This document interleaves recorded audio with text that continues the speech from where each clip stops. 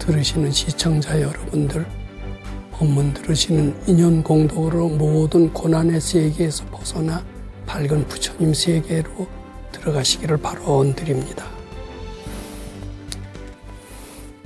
지난 시간에 말씀드린 대로 오늘은 제가 밝은 선지식의 도량에 출가해서 공부한 이야기로부터 말씀을 시작하겠습니다. 여기 칠판에 적어놓은 것처럼 오늘 말씀드릴 내용, 그것은 선지식 도량의 특징이 이제 요 세 가지가 되겠습니다. 선지식 도량에서 제가 공부한 결과 새로운 몇 가지 사실을 발견했습니다. 그것이 우선 여기 말씀드린 대로 팩트냐 내 생각이냐 이런 내용을 제가 써놨는데 저게 무슨 얘기인지 저거 써놓은 것만 갖고서는 무슨 얘기인지 잘 이해하시기 쉽지 않을 것 같습니다. 이 컵을 이렇게 보고 물이 출렁인다. 흰 컵 속에 있는 물이 출렁인다. 이렇게 생각을 하고 나뿐만 아니라 다른 분들도 그렇게 생각할 거로 그렇게 믿습니다. 그리고 이것은 엄연한 사실이요 팩트다. 이렇게 생각을 합니다. 저는 이것이 엄연한 사실이요 팩트라는 생각이 바로 선지식 도량에 가서 금강경을 공부함으로써 팩트가 아니라 내 생각일 뿐이라는 것을 새롭게 발견했습니다. 이것은 저처럼 자연과학을 전공한 사람들한테는 도저히 믿겨지지 않은 이상한 이야기로 비칠 수가 있습니다. 이 컵 속에 물이 담겨 있다는 것은 엄연한 사실이다. 컵이 흔들리고 있다는 것도 또한 당연한 사실이고 엄연한 팩트다. 근데 이게 내 생각이라고 하고 팩트가 아니라고 하는 것은 믿을 수 없다. 이제 보통 사람들은 그렇게 생각을 합니다. 근데 저는 이것이 팩트가 아니라 내 생각이라고 믿게 됐고 내 생각이라고 하는 것이 처음에는 실감이 안 났습니다만은 금강경 공부를 통해서 실감하게 됐습니다. 아까도 지난 시간에도 말씀드렸습니다만은 금강경은 무슨 가르침이냐? 현실을 꿈으로 여기게끔 하는 가르침이 금강경입니다. 요것을 팩트라고 보는 한 현실은 현실일 수밖에 없습니다. 꿈이라고 될 수가 없습니다. 근데 요것을 내 생각이라고 보게 된다라면은 이것을 꿈에게도 될 수 있다. 이제 이런 내용이 되는데 이것이 금강경 내용의 골자가 됩니다. 즉 선지식 도량에서 그런 사실을 제가 공부했다라는 말씀을 드리고요. 그리고 이제 마음 닦는 경제 활동이 있다라는 것도 좀 말씀드리고 싶습니다. 우리는 세상에 태어나면 당연히 학교를 가고 학교를 졸업하면 취직을 하고 뭐 때문에 취직을 하냐면 돈 벌기 위해서 취직을 합니다. 잘 먹고 잘 살기 위해서 취직을 합니다. 그래서 당연히 돈을 벌 때는 나 잘 살기 위해서 돈 벌지 나라 잘 되기 위해서 돈 버는 사람 없죠. 부처님 위해서 돈 버는 사람 별로 없을 것 같아요. 근데 저는 이 도량에 가서 나 잘 살기 위해서 돈 버는 길만 있는 줄 알았더니 부처님 위해서 돈 버는 길도 있더라는 것을 발견했어요. 그리고 그것이 매우 바람직한 일이라는 것도 알게 됐고 그런 연습을 하게 됨으로써 비로소 현실이 또 꿈처럼 될 수 있다라는 진리를 발견함으로써 절체절명의 위기에서 벗어날 수 있게 된다. 이제 이런 내용도 아마 말씀드리게 될 것 같습니다. 지난 시간에 이어서 마찬가지가 되겠습니다만 저는 그 도량에 가서 개과천선 제가 참 허물이 많고 못난 점이 많았던 그런 사람이라는 것은 지난 시간에도 말씀드렸습니다만은 부끄럽게도 그것을 다시 되풀이한다면은 굉장히 인색했던 사람이었던 것 같아요. 남이 한턱 낸다 그러면 굉장히 기분이 좋죠. 근데 내 주머니에서 꺼내서 뭘 산다라고 생각하면은 이 돈 계산이 잘 나요.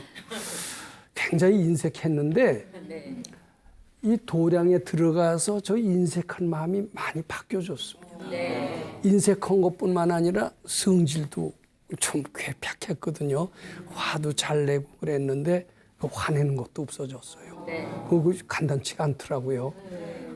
이제 그런 이야기. 그래서 새 사람이 된 거죠. 이제 그런 이야기를 말씀드리도록 하겠습니다.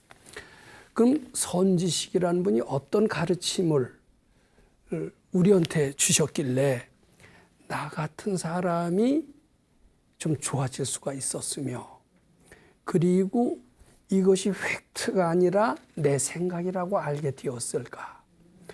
또 내 생각이라고 알게 됨으로 말미암아 현실이 꿈처럼 어떻게 보게 될 수가 있었을까? 그런 이야기를 시작해 보도록 합니다. 그 선지식의 가르침의 핵심은 금강경에 있습니다. 금강경은 부처님께서 가장 밝으셨을 때 당신께서 가장 하시고 싶었던 이야기가 금강경이다. 이런 얘기를 지난 시간에도 말씀드렸습니다만은 이 금강경은 절체절명의 위기에서 우리를 구원해 줄 수 있는 구원의 가르침이다. 또 이런 말씀도 또 드리고자 합니다. 근데 이 금강경은 이 선지식의 말씀에 의하면은 1분부터 32분까지 32챕터로 되어 있어요.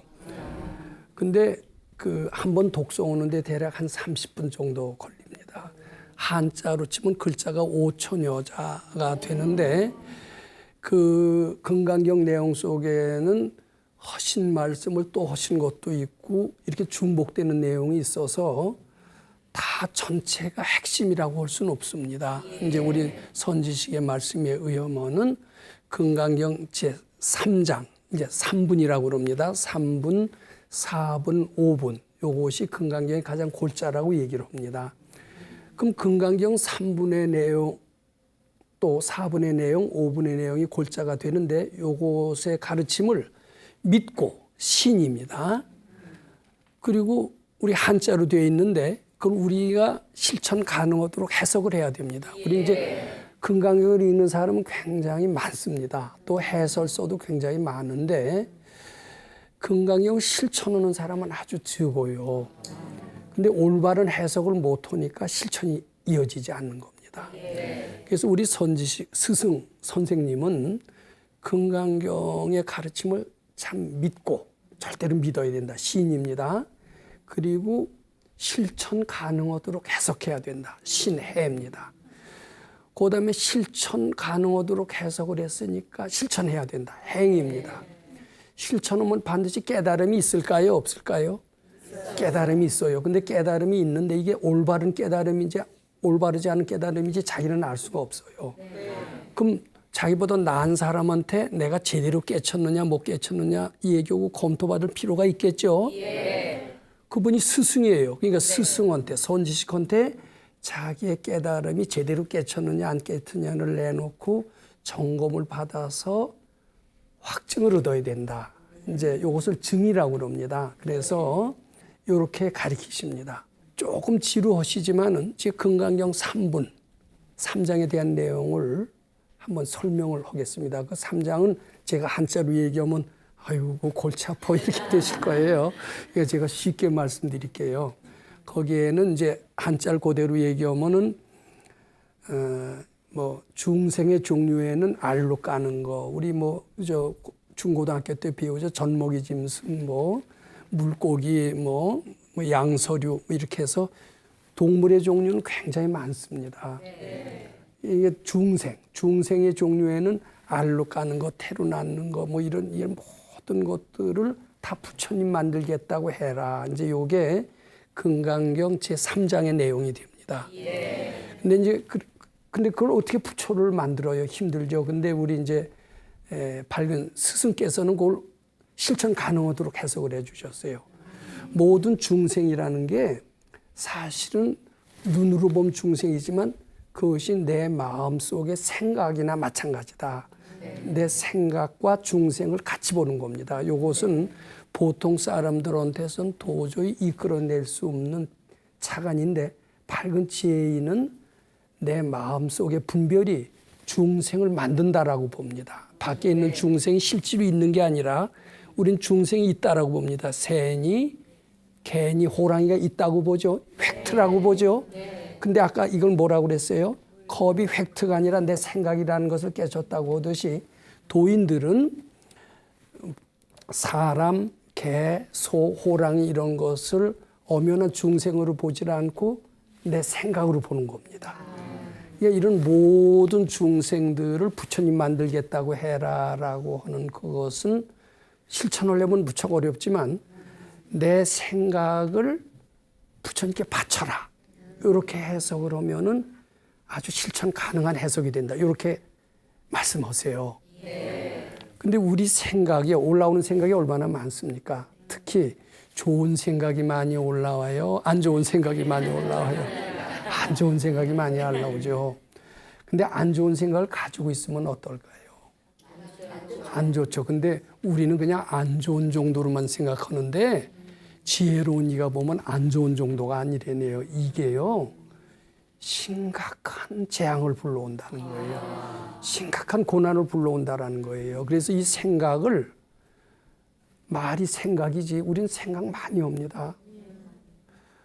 뭐 작가들은 글 쓰는 세계를 상상하고요. 사랑하는 사람은 애인을 상상하고요. 이게 다 좋은 것 같아요. 근데 이게 좋은 게 아니라 그 속에는 여러 가지 안 좋은 생각들이 현실을 만들어서 재앙을 불러온다는 거예요. 그래서 그 생각을 가지고 있으면은 재앙이 되고 병이 되고 여러 가지 환난을 불러온다라는 겁니다. 그러면 그 재앙을 미워놓는 방법이 무엇이냐면은 그 생각을 내가 가지지를 말고 부처님 오는 생각으로 바꿔야 된다라는 겁니다. 그러니까 되게 나쁜 생각이 많은데 나쁜 생각을 가지고 있으면 재앙이 되고 고통이 되지만 요걸 부처님으로 바꾸면은 그것은 복이 되고 어떻게 돼요? 영광이 되고 지혜가 된다라는 겁니다. 근데 우리의 나쁜 생각을 부처님께 어떻게 바꾸느냐? 바치라는 겁니다. 우리의 생각을 부처님께 자꾸 바치라는 겁니다. 이제 그게 금강경 제3장, 3장의 내용의 핵심입니다. 그 다음에 이제 금강경 4분이라고 하기도 하고 4장, 우리 알기 쉽게 4장이라고 합시다. 4장의 내용의 핵심은 무엇인가 하면은 무슨 일을 하지 않습니까? 학생들이 뭐 공부를 합니다. 또 직장에 가면 직장 일을 합니다. 근데 학생들은 인류대학에 가기 위해서 공부하죠. 직장에선 돈 벌기 위해서 공부하죠.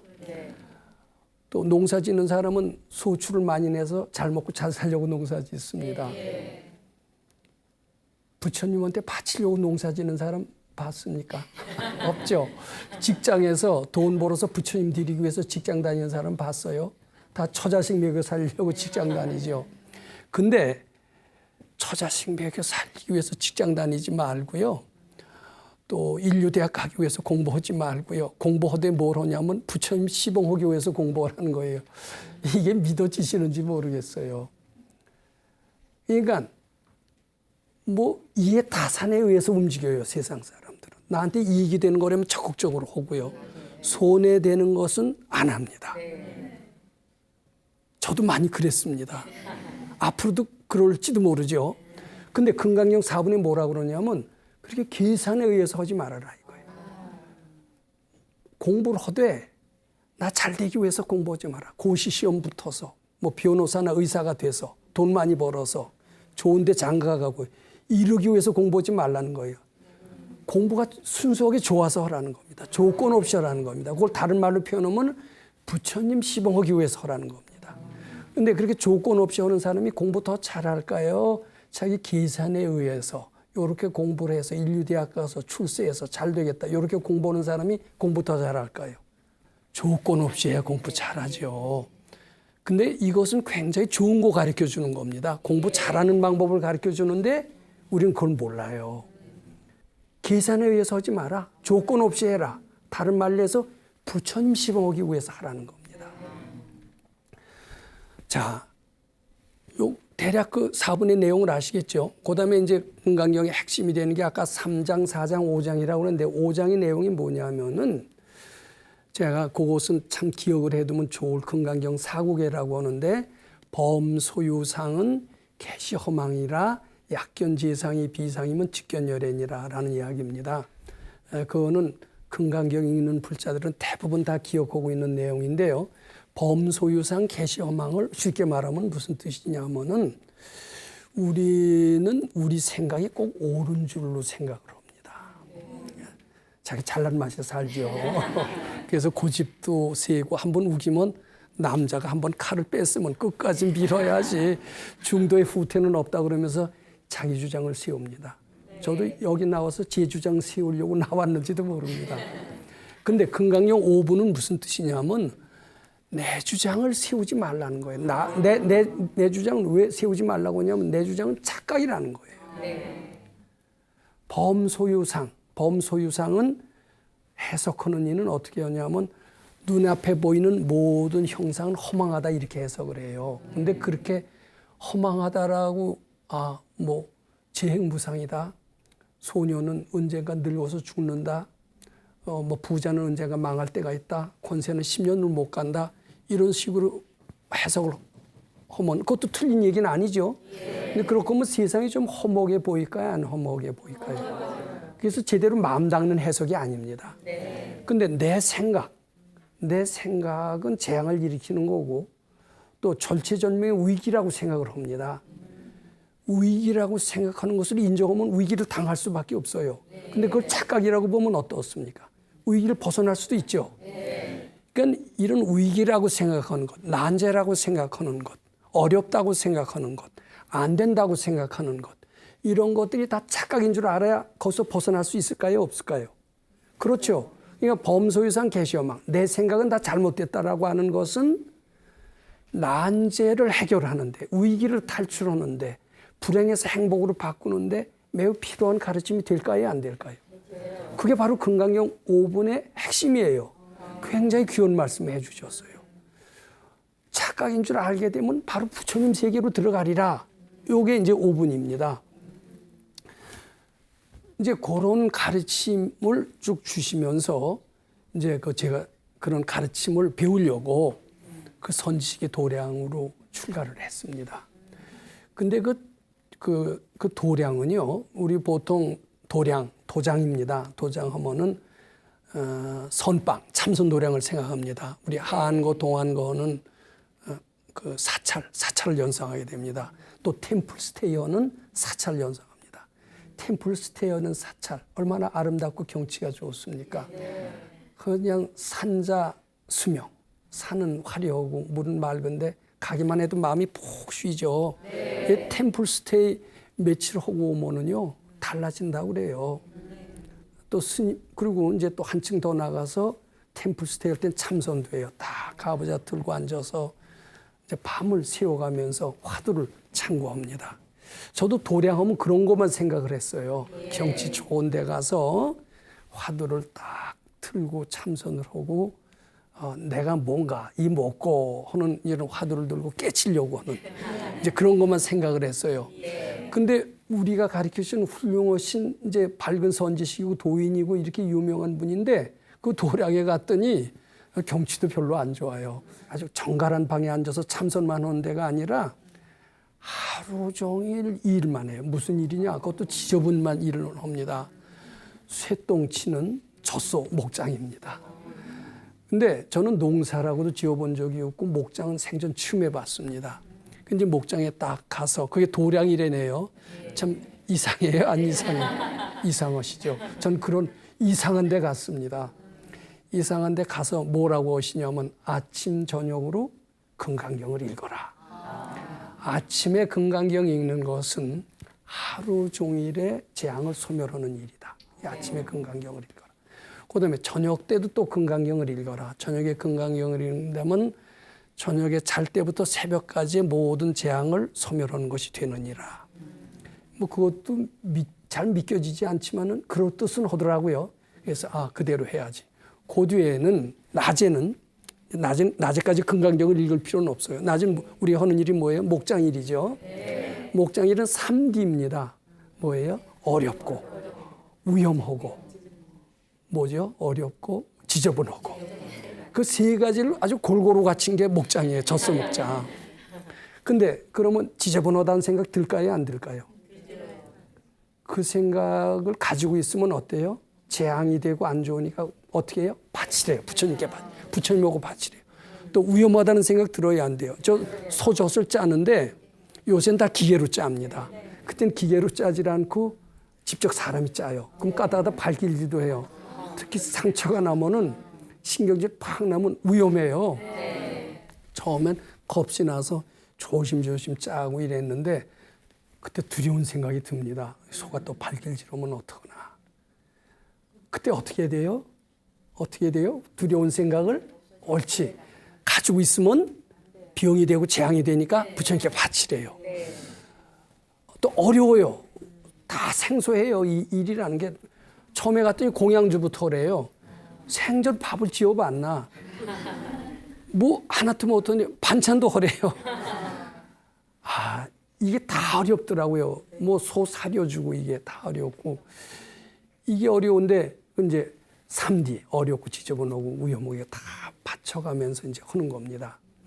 근데 이제 거기서 젖을 짭니다. 젖을 짜면은 이것을 이제 우유통에다 담아서 이제 서울 우유협동조합에 보냅니다. 저는 그때 우리가 스스로 돈을 벌어서 우리가 먹고 산다는 자급자족의 개념도 없었고요. 아, 여기는 참 이상한 도량이다. 참선하는 데도 아니고 이제 뭐 특이하다. 왜 이렇게 지저분한가? 이제 그리고 뭐 우유 팔아서 돈 좀 버네. 아, 그러니까 자급자족은 하니까 그래도 신도들의 시주에 의해서 살지 않고 자급자족하니까 괜찮다 이런 생각은 있었었던 것 같습니다. 농사는 저녁 때 어두우면 이제 못 하는데 이건 밤중에 불 켜놓고 옵니다. 그러니까 아주 중노동에 속하는데 그때는 참 왜 도량을 이런 걸 꾸미셨을까 했지만 나중에 보니까 그렇게 바빠야 제 고민이 그때 해소될 수 있었던 것 같습니다.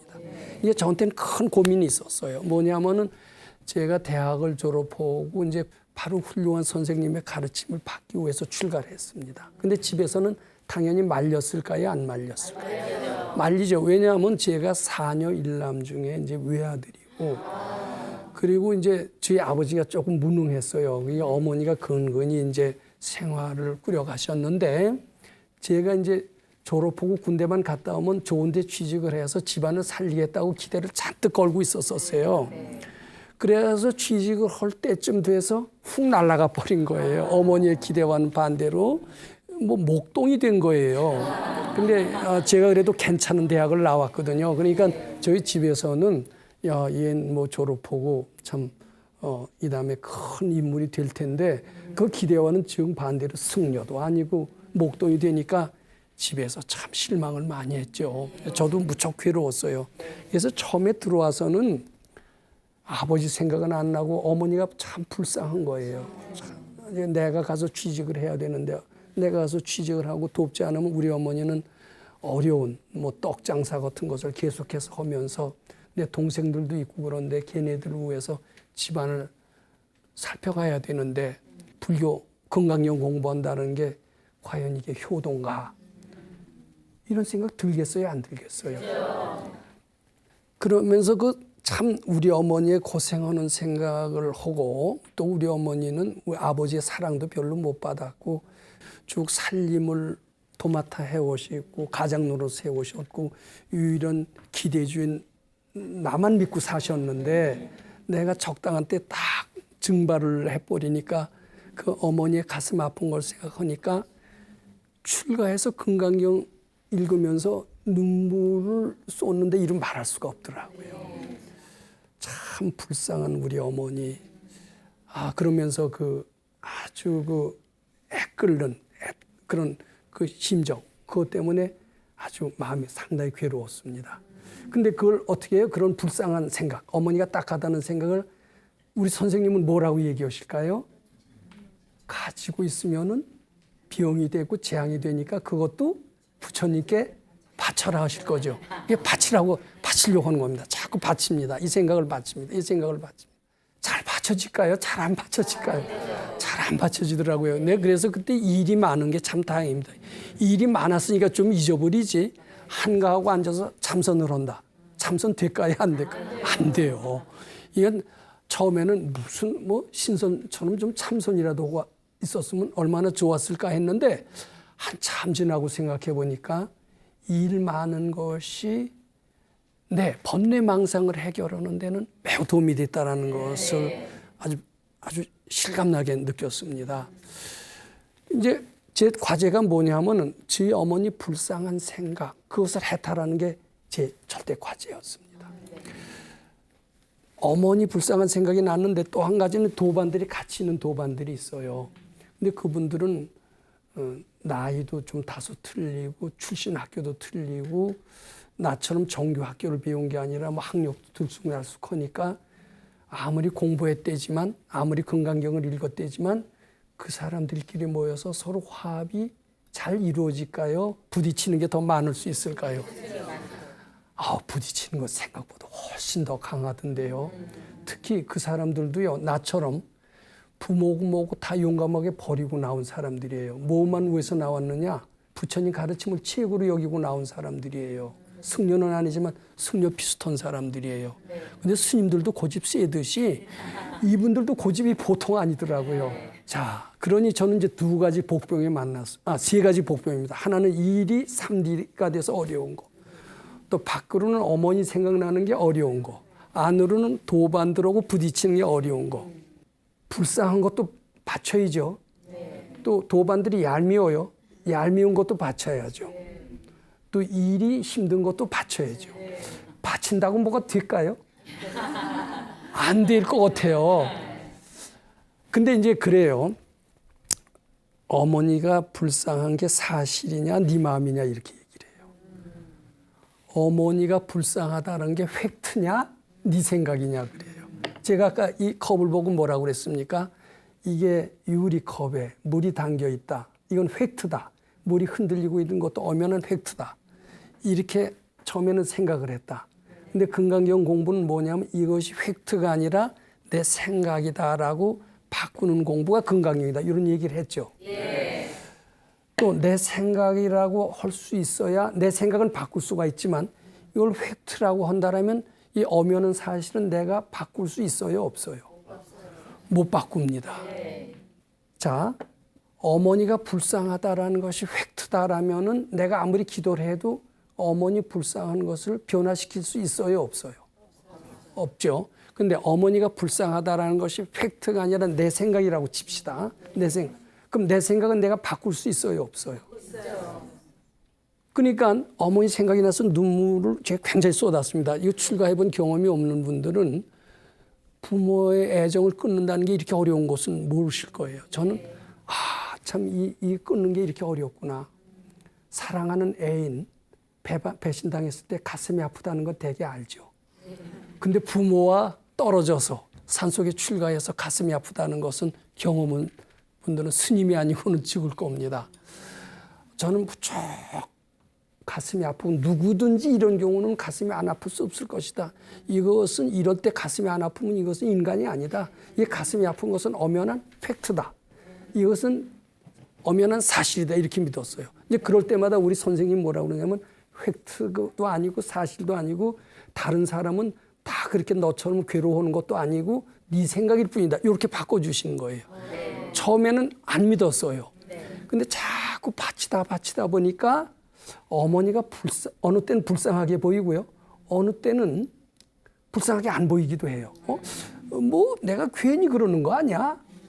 근데 그건 왜 그러냐면 내가 자꾸 바치니까 내 속에 불쌍하게 보이는 어떤 기질이 있는 것으로 발견합니다. 이제 그 불쌍하게 보는 생각이 조금 옅어져요. 옅어지면서 편안해지면 그때 보면 우리 어머니 하나도 불쌍하지 않아요. 내가 그때는 뭐가 쉬워서 그랬나? 왜 우리 어머니는 뭐 나이도 뭐 7, 80 노인도 아니고 그때 60도 채 안 됐습니다. 60 미만이면 쌩쌩하잖아요. 근데 60도 안 된 우리 어머니를 갖고 그렇게 불쌍하다고 그런 거예요. 제정신이 들면 불쌍하지 않아요. 불쌍하다는 것은 팩트가 아니라는 걸 공감해요. 근데 어느 때는 또 불쌍한 것이 팩트 같고 사실 같아요. 이렇게 몇 번 오락가락 하다 보니까 결론이 어떻게 날까요? 내 생각이지 팩트는 아니다. 이렇게 됩니다. 어머니가 불쌍하다라는 생각이 팩트가 아니라 내 생각이다라고 느껴짐과 동시에 도반들이 얄미운 것도 그 미운 것도 처음에는 저런 얌체 같은 짓을 하니 저런 못된 짓을 하니 내가 어떻게 미워하지 않을 수가 있어? 천하의 공자님 같은 분이 와도 저런 일에는 분개하고 미워할 것이다. 저희가 얌체 같은 짓을 하는 것은 엄연한 팩트다 이렇게 생각을 했습니다. 그리고 내 분노는 지극히 정당하다 이렇게 생각을 했습니다. 누구나 그럴까요? 안 그럴까요? 속을 새기고 또 새기고 이러니 천하의 성인도 여기는 뒤로 돌을 것이다. 근데 이게 바치는 게 참 좋더라고요. 자꾸 바치다 보니까 어떻게 돼요? 그게 내 생각이라는 생각이 어느 때 들다가 또 2번 들다가 3번 들다가 아 그것도 내 생각이구나 이렇게 됩니다. 내 생각이다라고 드니까 어떻게 됩니까? 그 일을 미워할 게 아니로구나. 내가 미워한다라는 생각에 빙의가 되어 있었구나. 어머니를 불쌍한다라는 생각에 빙의가 되어 있었구나. 금강경 제5번에 내 생각은 다 허망하다라고 부처님께서 말씀하셨는데 부처님 말씀이 참 진실이로구나 이렇게 믿게 됩니다. 그리고 저는 참 지저분한 거 싫어했어요. 지저분한 거 좋아할 사람 없죠. 근데 특히 저는 결벽증이 굉장히 강했습니다. 씻고 또 씻고 이제 밥을 해요. 밥을 하라고 그러면 거기에 그때는 뭐 뉘도 있고요. 돌도 있었던 시절입니다. 요새 쌀 씻으면 뉘도 없고 돌도 없어서 참 좋은 시절인데 그때는 뉘가 있고 돌 씻으려니까 그 하나라도 돌이 있으려고 골라내고 뉘가 있으려고 골라내니까 밥하는데 1시간도 더 걸려. 이렇게 완벽하고 결벽증이 심했어요. 그런 사람을 쇠똥치는 목장에 있으려니까 그 지저분한 거 생각하면 그리고 이제 우유를 짜면은요 옷이 우유에 튀어요. 그 자주 빨 수도 없어요. 그런 냄새 나는 속에서 살다 보니까 야 이거 지옥 같을까요? 안 지옥 같을까요? 지옥이 획트라고 생각할까요? 내 생각이라고 생각될까요? 그때는 내 생각이라는 생각은 꿈에도 올 수가 없었습니다. 이건 엄연한 사실이고 누구든지 싫어할 것이다. 이런 데서 견디는 사람은 아무도 없을 것이다. 성인 군자도 못 견딜 것이다. 이제 이런 생각을 했습니다. 근데 지저분한 것뿐만 아니라 위험하고 어렵고 이거 다 그렇잖아요.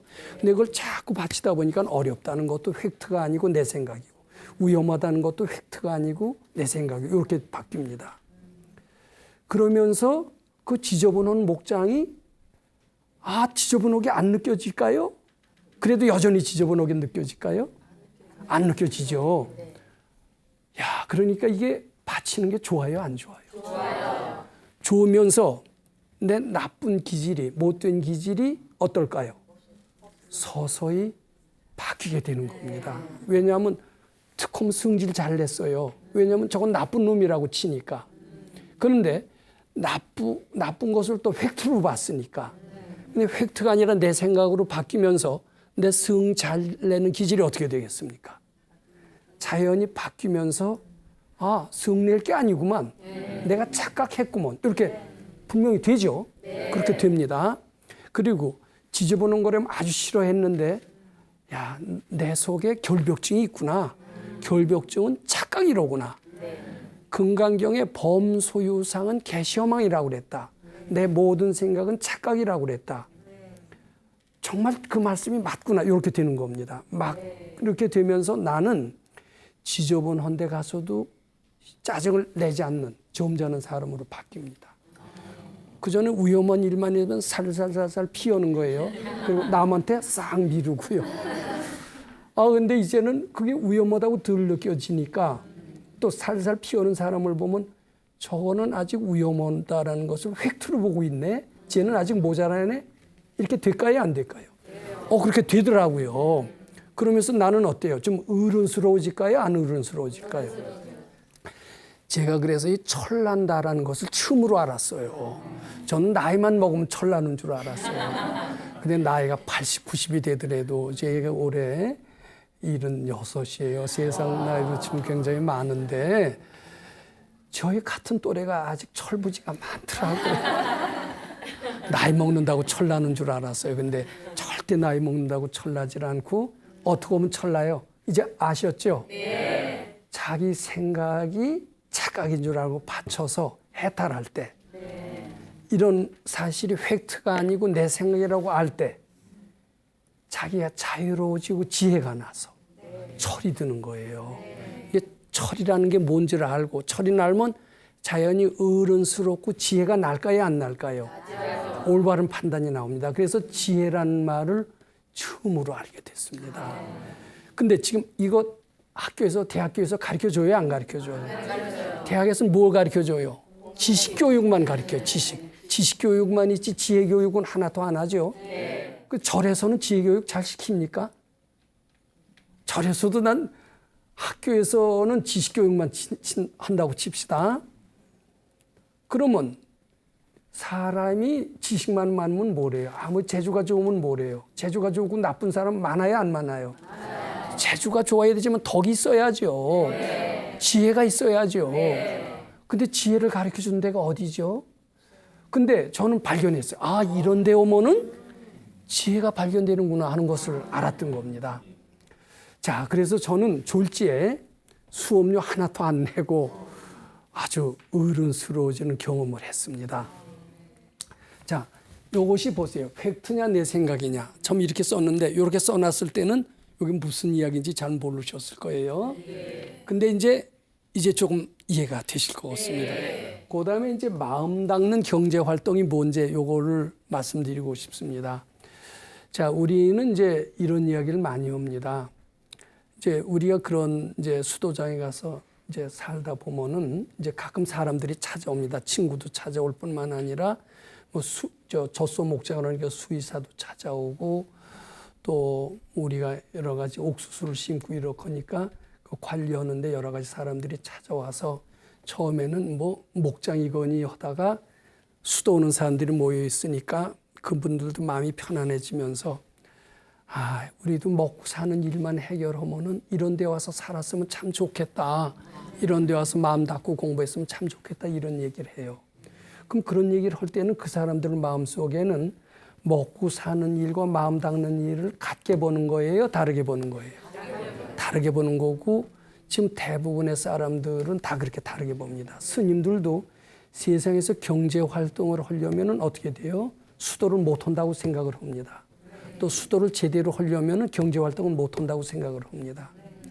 근데 거기서 우리는 이렇게 바치는 것, 그게 수도죠. 수도만 한 게 아니라 뭣도 해요? 젖을 짜서 서울 우유협동조합에서 팔아서 돈을 만들어서 우리가 자급자족을 했으니까 경제 활동을 해야 돼요. 근데 그때 이제 소 한 마리의 우유가 한 25kg쯤은 나와야 이제 자급자족이 충분히 됩니다. 근데 그때는 우리가 뭐 소 젖 짜는 방법도 모르고 어떻게 보면 소의 그 산유량, 우유를 늘리는 그 방법에 대해서도 전혀 생각을 안 했습니다. 그리고 우리가 짠 이제 그 우유의 양이 하루에 10kg밖에 안 됐어요. 그럼 25kg를 짜야 겨들 먹고 사는데 10kg를 짜니까 적자예요. 근데 우리는 그때만 하더라도 우리 공부하는 수도하는 사람이 돈에 대해서 관심을 가지면 안 된다고 생각을 했어요. 10kg든 20kg든 우리는 뭐 여기서 그저 시키는 대로만 하기만 하고 저 부처님께 바치기만 하면 다 되는 거 아니냐 이런 생각을 했는데 아마 어느 날 갑자기 우리 선생님께서 부르더니 하루에 10kg밖에 안 짜니 안 되니 이게 우리 먹고 살 수도 없다. 이제 우리 이것을 산유량을 좀 늘리는 방법을 해서 자급자족하도록 해야 될 것이다. 이제 이렇게 얘기를 하시는 겁니다. 자, 저는 갈등을 했어요. 아, 공부를 하시라고 하는 분이 돈 벌라고 하시네. 아, 갈등을 했습니다. 아, 그런데 그때 얘기를 하세요. 그때는 책도 안 보고 텔레비도 안 보고 뭐 라디오도 텔레비도 없던 시절이고 라디오도 못 듣게 했었습니다. 그리고 책 보는 것은 공부하는데 방해가 된다라고 생각을 했습니다. 근데 그때부터는 생각을 했어요. 책도 보고 연구도 하고 다른 목장에 찾아다니면서 산유량을 늘리는 방법을 연구를 했습니다. 근데 우리가 잘 먹고 잘 살기 위해서 하는 게 아니라 우리가 이게 어느 정도 자급자족을 해야 부처님 공부할 수 있을까요? 없을까요? 그러니까 공부 제대로 하기 위해서 부처님 시봉하기 위해서 연구도 해야 되고 활동도 해야 됩니다. 그렇게 해서 연구한 결과 25kg를 넘었습니다. 아, 부처님 기쁘게 해드리는 경제 활동도 뭔가 있구나. 우리도 도하는 사람들이 돈은 멀리 해야 되지만 돈을 만들 수 있는 것도 나쁘지 않구나. 이런 것을 깨달았고, 이것은 금강경 4분. 무슨 일을 하되 자기 이익으로 해서 하지 않고 조건 없이 부처님 기쁘게 하게 해드리기 위해서 해라. 그렇게 하면은 지혜가 나와요. 우리는 부처님 기쁘게 해드리기 위해서 산후향을 누리는 방법을 연구했고 지혜가 나와서 목적어는 25km를 하면서 이제는 무슨 생각이 드냐면 밖에 나가서도 나는 뭘 해도 굶어 죽지 않겠다. 이런 자신감이 생겼습니다. 이런 자신감이 생기는 것은 수도자로서 필요할까요? 안 필요할까요? 많은 스님들이 수도만 열심히 하다 말년에 먹고 살 길이 없어서 환속하는 거 들었어요? 못 들었어요? 그러면 수도하는 사람한테 무에서 유를 창조하고 없는 데서 연구해서 부자가 되는 것을 아는 것은 반드시 나쁜 것 아닙니다. 꼭 필요하다라고 알았고 그것이 여기서 배운 중요한 보람 중에 하나다. 특징 중에 하나 이렇게 말씀드립니다. 자, 정리를 한번 해보겠습니다. 저희는 그 도량이라고 그러면 특히 선지식에 계신 도량이라고 그러면 신선 같은 데인 줄 알았고 어려움이나 3D 같은 것은 전혀 없는 줄 알았는데 그런 것이 있는 도량이었고 지금 금강경을 통해서 3D를 극복해내가는 것을 실천하다 보니까 그런 어렵고 지저분하고 힘들고 이런 것들이 오히려 우리의 역량을 키우는데 나의 지혜를 키우는데 그리고 경제활동을 바치는 마음으로 함으로써 빈곤에서 부자가 되는 길 이것도 터득하게 됐다라면 이것이 바로 산불법이 아니겠느냐. 이런 것을 배운 것이 그 다른 어느 도량에서 배울 수 없는 선지식이 계신 도량에서 배운 저의 보람이었다. 이런 말씀으로 정리를 해드리고 싶습니다. 요 다음 시간에는 선지식이 얼마나 위대하신가. 그 위대한 가르침을 통해서 제가 새롭게 태어났다. 그런 말씀을 드려보도록 하겠습니다. 네, 감사합니다.